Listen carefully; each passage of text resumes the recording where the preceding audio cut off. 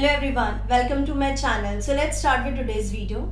In today's video, we are going to talk about screening of transformants. तो सबसे पहले हमें पता होना चाहिए कि ट्रांसफॉर्मेंट्स क्या होते हैं. अभी तक जो हमने पढ़ा किस तरीके से हम वेक्टर चूज कर रहे हैं, कैसे हम डिजायर्ड डीएनए ऐड कर रहे हैं, कैसे हम उसे कॉम्पोनेंट होस्ट में डिलीवर कर रहे हैं. बट जितने भी आपने होस्ट यूज किए हैं, they are microscopic, you cannot count them. So what will happen if you are using 100 bacteria as a host और आपने उनमें vectors ऐड किए, बट जरूरी नहीं है कि वेक्टर जो है उन सबके अंदर चला जाए. There will be some bacteria in which vectors are not there.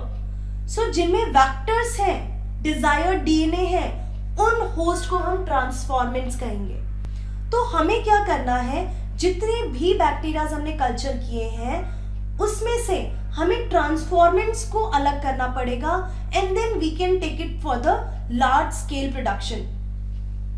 क्योंकि अगर आपने नॉन ट्रांसफॉर्मेंट्स भी यूज कर लिया, रैंडमली आपने पूरे कल्चर को लार्ज स्केल पे लेके गए, तो क्या होगा कि आपका जो प्रोडक्ट की क्वांटिटी है वो कम हो जाएगी, which we don't want because it's a big investment. So we have to screen the transformants और transformant screen करने के लिए we need selectable marker. जो मैंने आपको मेरे वीडियो में बताया था, जिसमें मैंने वेक्टर्स के बारे में बताया था कि हम वेक्टर्स किस फीचर्स की वजह से यूज करते हैं, और उसमें एक फीचर है सेलेक्टेबल मार्कर. तो सेलेक्टेबल मार्कर जो है वो दो टाइप्स के यूज किए जाते हैं. One is antibiotic resistant and other is enzyme gene.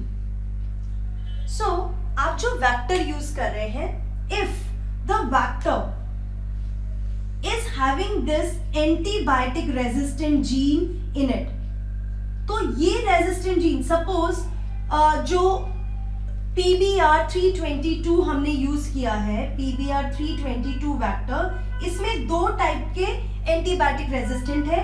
One is ampicillin resistant and other is tetracycline resistant. इसका मतलब ये है कि अगर आप ऐसा बैक्टीरिया जिसके अंदर ये प्लाज्मिड है, अगर आप उसे एम्प्लीसिलिन एंटीबायोटिक या टेट्रासाइक्लिन एंटीबायोटिक में डालेंगे, तो उन बैक्टीरियाज पे उन एंटीबायोटिक्स का कोई असर नहीं होगा. ठीक है, शर्त क्या है, बैक्टीरियाज के अंदर PBR322 प्लाज्मिड होना चाहिए, तभी वो बैक्टीरिया जो है वो रेजिस्टेंट होगा. क्यों रेजिस्टेंट होगा? Because they are having this gene segment और this DNA segment in the plasmid. So this is ampicillin resistant and if you are putting that in bacteria and उस बैक्टीरिया को आपने एम्प्लीसिलिन एंटीबायोटिक में डाला, bacterias will be live और living, उन पे असर नहीं होगा. ठीक है, so what will happen, we will take a culture medium, there we are using, suppose there are 4 bacterias, और आपने यहाँ पे इस मीडियम में, ये कल्चर मीडियम है, ये न्यूट्रिटिव मीडियम है जहां पे बैक्टीरियाज ग्रो होंगे. So there will be few bacterias in which this plasmid will be delivered. तो सपोज हमारा जो प्लाज्मिड है वो इसमें इसमें इसमें एंटर हुआ, 3 में एंटर हुआ, and you know the plasmid is having a desired DNA. इसके अंदर ऐसा प्लाज्मिड नहीं है जिसके अंदर एम्प्लीसिलिन रेजिस्टेंट जीन होना चाहिए. इस मीडियम के अंदर आपने एम्प्लीसिलिन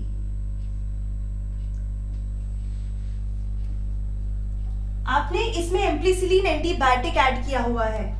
अब इस मीडियम में जब एम्प्लीसिलिन है, तो ये 3 बैक्टीरिया वैसे के वैसे रहेंगे and this will be dead in ampicillin because this bacteria is not having this resistant gene in it. तो अब क्या होगा, आप इस कल्चर में से इन तीनों बैक्टीरिया को एक्सट्रैक्ट कर सकते हैं and you can go for the large scale production. So this is one way by which we can screen by using antibiotic resistant gene as a selectable marker. So ये एक method है, पर इसमें बहुत tedious होता था, इसमें बहुत सारे बैचेस ग्रो करने पड़ते थे. टेट्रासाइक्लिन एंड एम्प्लीसिलिन, ये बहुत डिफरेंट टाइप के जीन से, तो ये थोड़ा कम फेमस है. पहले ये मेथड यूज किया जाता था. So next selectable marker is enzyme producing gene. तो यहाँ पे मैं प्रोड्यूसिंग लिख देती हूँ. Nowadays this method is being used. It is a famous method now. तो इसमें क्या होगा, हमने एक प्लाज्मिड लिया. Suppose this plasmid is having a segment which is a gene producing segment. ये एक ऐसा segment है जो एक gene produce करेगा. This gene is and this segment is LAC-Z. आप लोगों ने molecular basis of inheritance में पढ़ा है कि जो LAC-Z DNA segment होता है, structural gene होता है, that produces beta galactosidase. ये एंजाइम प्रोड्यूस करता है लैक्जेड.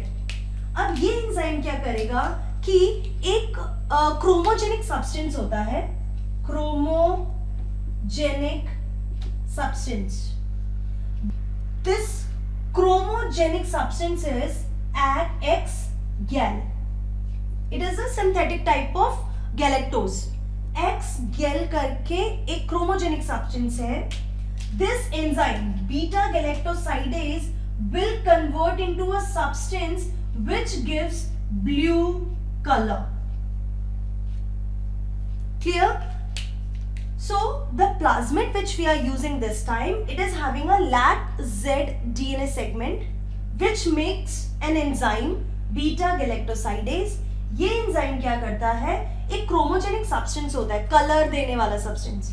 X-gal एक सिंथेटिक टाइप का गैलेक्टोज है which gives a in presence of this enzyme it gives colorful blue color देता है. अब क्या हुआ, ये जो प्लाज्मिड है, इस प्लाज्मिड के अंदर एक साइट है, रिकॉग्निशन साइट है EcoR1. इसकी रिकॉग्निशन साइट है. तो अब जो हमारा डिजायर्ड डीएनए है, that desired DNA will come and add into that LAC-Z DNA. वो LAC-Z DNA के अंदर आके बीचों बीच आके इंसर्ट हो जाएगा. इंसर्ट हो जाएगा, उसकी वजह से क्या होगा कि जो DNA सेगमेंट है, that DNA segment will be interrupted. तो जो DNA सेगमेंट के सिंथेसिस से एंजाइम बनना था, क्योंकि वहां पे इंसर्ट आ गया है, वहां पे डिजायर्ड डीएनए ऐड हो गया है. Now this LAC-Z DNA is no more going to make beta galactosidase, and that is when it is not there, the X-gal will not be converted into blue color. X-gal जो है वो white color ही देगा. So इस plasmid में हमने selectable marker जो है वो LAC-Z को यूज किया है. अब जनरली क्या होता है, suppose this is a culture medium, और इस कल्चर मीडियम में हमने बैक्टीरियाज ग्रो किए हैं, और बैक्टीरियाज जो है वो इस तरीके से ग्रुप है बैक्टीरियाज के. एंड ये जो कल्चर मीडियम है, this is having X-gal chromogenic substance. So जब नॉर्मल प्लाज्मिड होगा इनके अंदर, तो it is going to make the enzyme, and enzyme की वजह से ये जो बैक्टीरिया की कॉलोनीज है, it will look blue in colour. So it is blue colour, it is blue, it is blue. Now there are some colonies which are white, they are not blue in color, वो of white या white colour के हैं.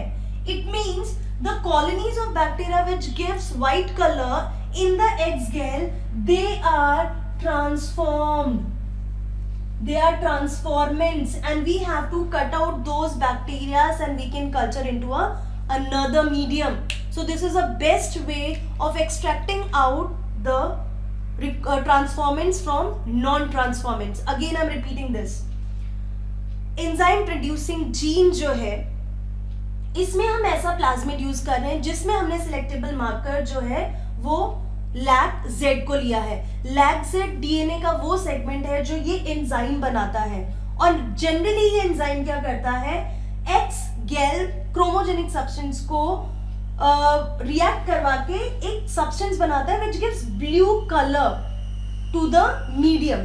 तो जब जिसके अंदर ये gene as it is है, they are giving blue colour colonies in the medium, whereas if the plasmid which is having interrupted lac-Z DNA, तो वो क्या है, इनएक्टिव हो गया है. अब वो डीएनए सेगमेंट इनएक्टिव हो गया है. इस फिनोमिना को हम बोलते हैं इंसर्शन इनएक्टिवेशन, क्योंकि इसके अंदर डीएनए का डिजायर्ड डीएनए सेगमेंट ऐड हो गया, जिसकी वजह से ये जो सेगमेंट है वो इनएक्टिव हो गया है इंसर्शन की वजह से. Very important term, insertion inactivation. So इसकी वजह से अब ये प्लाज्मिड जो है, अब वो जिस बैक्टीरिया में जाएगा, those bacteria will not be able to produce this enzyme and the colonies will be white color, they will be of natural color. जो एक्स गेल है वही कलर देगा, ब्लू कलर नहीं देगा. और जो नॉन ट्रांसफॉर्मेंट्स हैं they will give the blue colour. तो इससे हमें पता चल गया कि ये ट्रांसफॉर्मेंट है and we can extract it out. So आज के वीडियो में हमने पढ़ा सिलेक्टेबल मार्कर्स को यूज करके हम किस तरीके से ट्रांसफॉर्मेंट्स को नॉन ट्रांसफॉर्मेंट से अलग कर सकते हैं एंड फिर ट्रांसफॉर्मेंट्स को हम फर्दर यूज कर सकते हैं.